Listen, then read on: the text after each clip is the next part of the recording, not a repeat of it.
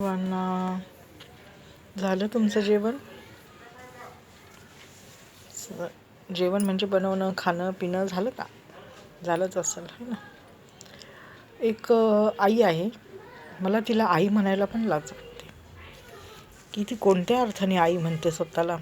आई ही अशी असते निस्वार्थ. आईचं प्रेम कधी पण काय असतं? निस्वार्थ. ओके. आणि बापाचं पण प्रेम निस्वार्थ असतं आपल्या लेकराकडून. बघा, बापाला लेकरांनी काही दिलं नाही ना तरी चालतं, ते म्हणतात राहू द्या, जाऊ द्या, नाही दिलं तर नाही दिलं, आम्हाला काही नको, तो त्याचा सुखी राहिला तर बस. असं असतं आई वडिलांचं प्रेम. पण एक हे ना, कलियुगातली आई म्हणा, ती आहे ना फक्त स्वतःचा विचार करते की मी कमीपणा घेणार नाही आणि मी कोणाला शरण जाणार नाही आणि मी कोणापुढे झुकणार नाही. तर बाई, तुला झुकायचंच नाही आहे. जे काही आहे ना ठरल्याप्रमाणेच तुला करायचं आहे. कोणी तुला झुक पण म्हणत नाही, वाक पण म्हणत नाही, कोणी तुला म्हणत नाही की बाई हे कर ते कर, नाही का, अमकं कर ढमकं कर. अपेक्षाच नाही आहे.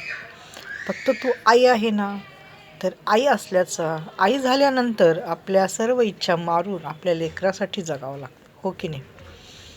आणि प्रत्येक आईवडील करतात, असं नाही की गरीब असो श्रीमंत असो, करतात आणि करायलाच लागतं. तर तू तुझ्या लेकराचा विचार कर. आपल्या लेकराला, तुझ्या लेकराला कुठून सुख लागेल, कुठून आनंद मिळेल, त्याच्या मनात आनंद कसा जागेल, ते कसा आनंदी होईल, हे बघ. बाकीचं जाऊ दे सगळं खड्ड्यामध्ये, आणि गेलेलंच आहे.